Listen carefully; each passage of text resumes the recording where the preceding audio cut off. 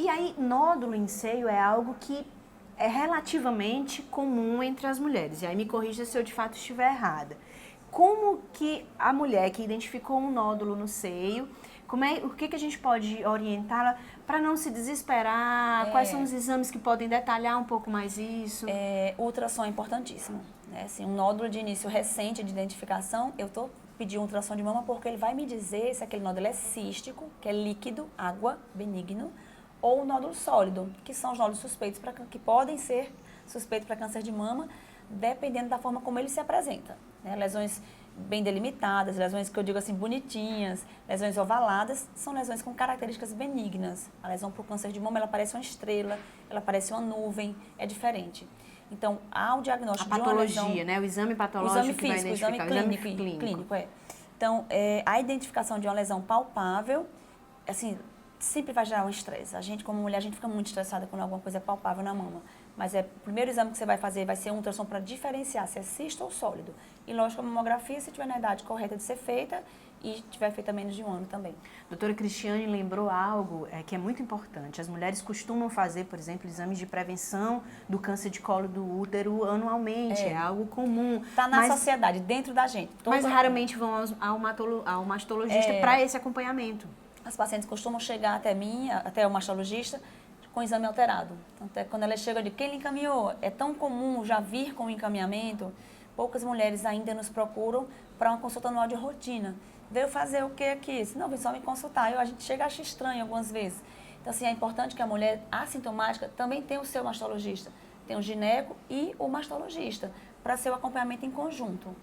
Isso Não, a partir dos 40 anos. A partir dos 40 anos a partir dos 40, antes dos 40 anos, só se for uma história familiar muito forte para câncer de mama e uma paciente com um risco muito grande por ter mãe ou irmã com câncer de mama jovens. Pois é, a senhora estava me falando que, apesar dessa relação direta, os casos onde a genética prevalece na ocorrência de câncer só somam aí 20% dos casos, né? Cerca de 20%. A imensa maioria dos cânceres de mama, eles acometem mulheres, cerca de 80% dos cânceres não tem relação genética, não tem relação com história familiar, eles vêm ao acaso, relacionados àqueles fatores de risco que a gente conversou e podemos falar um pouco mais sobre eles, né? Então, assim, os principais fatores de risco para o câncer de mama, não genético, tá? A paciente que não tem história familiar. É a paciente que menstrua muito cedo, menstrua antes dos 10 anos. Isso é comum de acontecer, doutora? Não, hoje em dia as meninas vêm menstruando um pouco mais cedo, realmente, por tudo, né? Pela sociedade, pelas mudanças hormonais que vêm acontecendo. Então, as meninas estão menstruando realmente um pouco mais cedo. A menopausa mais tardia, acima dos 50 anos. Ela passa mais tempo sobre influência hormonal, sobre ciclos hormonais. Menstruar cedo e menopausa tardia.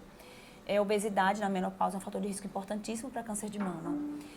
O uso de anticoncepcionais orais por mais de 10 anos é um fator importante também, mas eu não vou conseguir chegar para você e falar, Sara, você teve um câncer de mama porque você usou anticoncepcional há 10 anos. Você teve um câncer de mama porque você tem uma obesidade na menopausa, porque são vários fatores, né? São fatores juntos.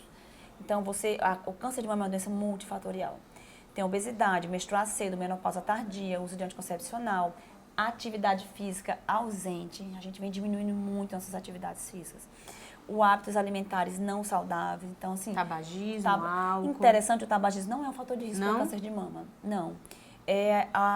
O consumo alcoólico o consumo de álcool bem frequente é um fator de risco, mas o tabagismo não é.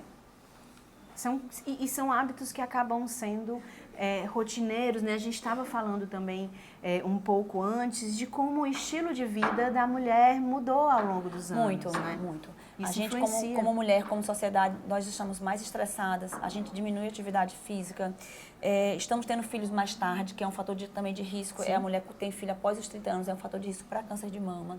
Mulheres estão deixando de engravidar. E o desenvolvimento mamário só se completa, o 4º estágio, após uma gravidez ao termo. Ela pode até não amamentar, mas ela precisa gestar até os 9 meses para completar o desenvolvimento mamário. E a gente vem, como mulher, como sociedade, a gente vem diminuindo muito. A gente mudou muito o nosso estilo de vida. Muito mesmo. E aí focar nessa questão dos fatores de risco de uma vida com atividade física presente, com menos consumo de álcool, é uma das formas de tentar se prevenir, né? Diminuir a obesidade na menopausa é um fator muito importante para câncer de mama. A gente tem como pontuar alguns sintomas de câncer de mama hoje? A senhora falou que muitos casos são assintomáticos, mas o que a gente poderia relacionar como sintomas propriamente dito? De sintomas. Os principais, assim, o principal sintoma que as pacientes nos chegam é a nodulação, é o nódulo palpável, né? Então, assim, a paciente quando chega com um nódulo palpável, a gente sempre tem que diferenciar se é sólido ou cisto.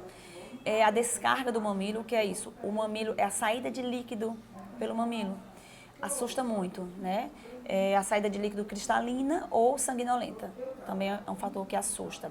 O afundamento do mamilo. Se a paciente tem um mamilo semelhante, um afunda, um fica, é como se chupa para dentro, digamos assim, né? Um fica mais para dentro, ele se interioriza, é um fator de risco, pode ter um tumor puxando aquilo. Se você tem a mama simétrica e por algum motivo você percebe uma assimetria mamilha-areola, são fatores de risco. Veias crescentes. Então, existe um câncer de mama também que chama carcinoma inflamatório. Parece uma mastite. E às vezes as pacientes ficam meses tratando como se fosse mastite e por trás é um câncer de mama inflamatório. No caso de mastite, são pacientes que amamentam ou não necessariamente? Quando amamenta é bem mais tranquilo lidar. Mas eu tenho casos de mulheres que não tem nada a ver com a amamentação e desenvolvem mastite de repetição, que não é câncer. Mas existe um tipo de câncer que chama inflamatório, que ele parece uma inflamação. E às vezes elas tratam como se fosse, mas aí não adianta porque não vai curar. Vai sempre piorar. Então a gente suspeita de câncer nesses casos. E aí cabe ao profissional da saúde também estar em alerta para esses possíveis casos, desconfiar, né? sempre desconfiar.